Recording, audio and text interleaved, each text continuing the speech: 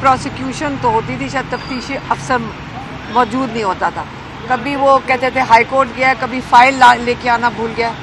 تو تفتیشی افسر کی غیر موجودگی کی وجہ سے 20 مہینے سے ہمارے علاوہ کئی 100 لوگ ان کورٹس کا چکر لگا رہے ہیں، کیونکہ تب بھی ان کو پتا تھا کہ یہ سارے لوگ بے گناہ ہیں، اور آج بھی ان کو پتا تھا. میرے خیال میں 20 مہینے گزارنے کی اللہ تعالیٰ اس کو ہمارا صدقہ قبول کرے.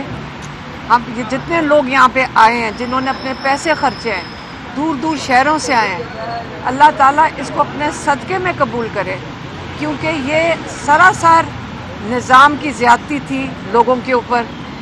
لیکن کوئی بات نہیں، ہم نے بڑا کچھ سیکھا اتنی عرصے میں.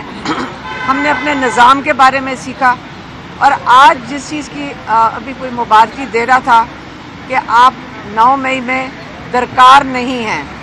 پہلے دن اگر تفتیشی افسر آ جاتا، اس کو پتہ چل جاتا کہ ہمیں پہلے دن بھی ہم درکار نہ ہوتے. تو یہ نظام کو ٹھیک کرنے کی اشد ضرورت ہے. ہم سب کو اب یہ سمجھ آ رہی ہے. ہم جب اس میں سے گزرے ہیں تو ہمیں بہت اچھی طرح سمجھ آ گئی ہے کہ ہمیں اس نظام کے اوپر بہت محنت کرنے کی ضرورت ہے.